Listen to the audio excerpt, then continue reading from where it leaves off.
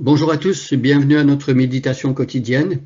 Aujourd'hui, nous continuons à méditer, à réfléchir, à peser les paroles de euh, les- le livre de l'Apocalypse, des lettres que Jésus a laissées à l'apôtre Jean pour qu'il les communique aux églises. Alors nous avons dit que nous sommes arrivés à la 4e église, il y en a 7 en tout. Donc on est à mi-parcours, un petit peu plus même. On arrive à la fin du chapitre 2 et je vous invite à prendre votre Bible et à regarder avec moi au chapitre 2. Aujourd'hui, nous allons nous arrêter sur le verset 23. J'aimerais rappeler que Thyatire était une petite ville qui à l'origine était un fort, une sorte de ville tampon pour protéger les deux villes de Sardes et et l'autre grande ville de Pergame contre d'éventuels adversaires qui allaient attaquer la ville. Donc c'était un fort et la ville s'est agrandie au fil du temps, est devenue un endroit où il y avait plein de guildes, où des artisans se regroupaient ensemble. Et souvent ces artisans ils avaient un dieu, une divinité qu'ils adoraient. Et pour les chrétiens, c'était très difficile d'appartenir à ces guildes et de travailler et en même temps de maintenir leur différence, c'est-à-dire que les chrétiens refusaient de plier le genou devant les idoles, devant ces faux enseignants. Et on voit la difficulté dans l'Église qui, par ailleurs, est une église qui a plein de points positifs. Jésus a commencé à les énumérer, les bonnes œuvres, l'amour, la fidélité, le service, la persévérance, et une église qui est en plein progrès, qui progresse dans la foi. Et pourtant, il y avait dans l'église comme une sorte de cancer, une situation que ni les responsables d'église, ni les autres chrétiens n'avaient pu arrêter. C'est-à-dire, c'est comme s'il y avait comme une sorte de laisser-aller et on laisse une fausse prophète, une prophétesse mensongère enseigner des choses qui entraînent le peuple de Dieu vers des idoles et vers l'immoralité et la débauche. Et donc, on a vu dans les versets précédents que Jésus va intervenir et Jésus va menacer de juger et cette prophétesse et ceux qui la suivent. Je vais lire à partir du verset 18 et aujourd'hui nous allons nous arrêter sur le verset 23. À l'ange de l'église qui est à Thyatire, écrit, voici ce que dit le Fils de Dieu dont les yeux sont comme une flamme ardente et les pieds comme du bronze.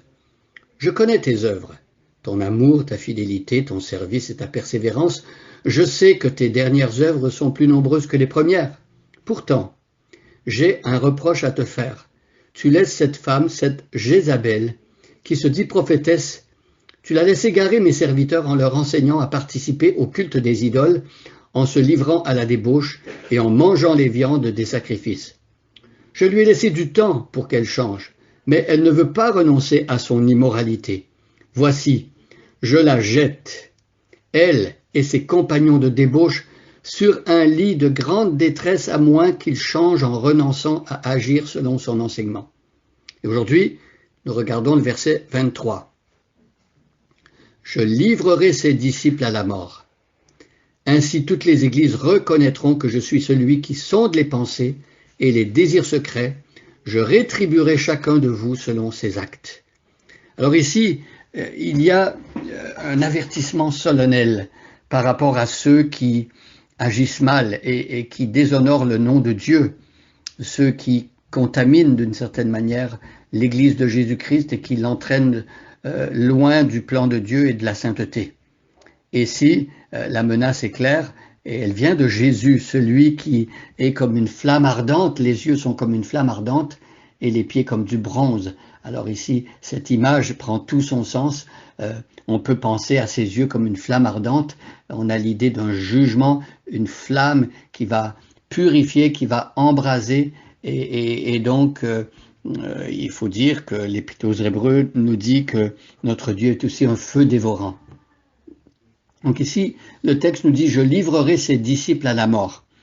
Jésus prévient que ceux qui continuent de suivre cette prophétesse, eh bien, ils risquent de mourir physiquement. On a vu ça ailleurs dans l'Épître aux Corinthiens, lorsque les gens qui prenaient la Sainte Seine sans reconnaître la présence de Jésus-Christ et qui n'attendent pas les frères et sœurs et qui se moquent un peu de ce symbole que Jésus nous a laissé, eh bien, ceux qui prennent la Sainte Seine indignement, le texte dans Corinthiens dit que c'est pour cela que certains d'entre vous sont infirmes et même certains sont morts. Vous voyez que parfois, le Seigneur va frapper physiquement quelqu'un pour l'arrêter de pécher et de donner un mauvais témoignage. On a l'exemple dans le livre des Actes des Apôtres d'Ananias et Saphira au chapitre 5, qui ont menti tous les deux devant les apôtres, et c'était au début de l'histoire de l'Église, et le Seigneur les a frappés l'un à la suite de l'autre. Le mari d'abord et la femme ensuite sont morts physiquement. Donc ce sont des avertissements à prendre au sérieux. Je livrerai ses disciples à la mort. J'imagine que lorsque le responsable de l'Église a reçu cette lettre et lorsqu'il a transmise à l'Église, j'imagine que, à moins qu'on ait le cœur endurci, eh bien, ça sème une sorte de crainte ou de respect par rapport à Dieu. Et on se dit, wow, il faut arrêter, il faut plus prendre à la légère les paroles du Seigneur, il faut changer de comportement.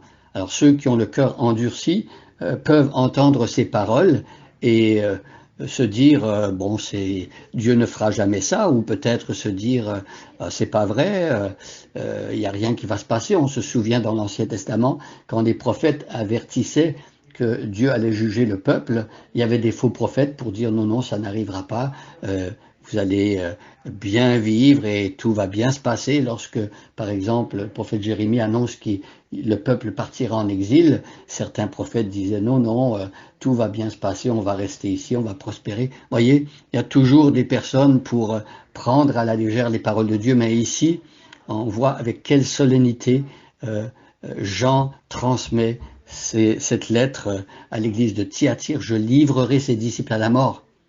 Et donc, pourquoi ce genre de jugement? Eh bien, la fin du verset nous le montre. Ainsi, toutes les églises reconnaîtront que je suis celui qui sonde les pensées et les désirs secrets. Alors, on voit ici, avec les yeux qui sont comme une flamme ardente, Jésus sonde les pensées et les désirs secrets. Il n'y a rien de caché devant celui devant qui nous avons à rendre compte, nous dit Hébreux chapitre 4. Et donc, il dit, je rétribuerai ici, le Seigneur le dit à cette église, je rétribuerai chacun de vous selon ses actes. Alors, les actes comptent. Le Seigneur voit ce que l'on fait. On peut avoir de belles pensées, on peut avoir de belles paroles, mais au final, ce que l'on fait, ça va révéler ce qu'il y a vraiment dans notre cœur. Et ici, c'est un appel à faire attention à ces actes. À changer son comportement, mais pour que le comportement change, le cœur doit changer. Laissons Jésus toucher notre cœur, laissons-le nous transformer et demandons-lui un cœur nouveau, que l'Esprit règne en nous, que Jésus-Christ soit le Maître. Bonne journée à chacun et à chacune et soyez bénis.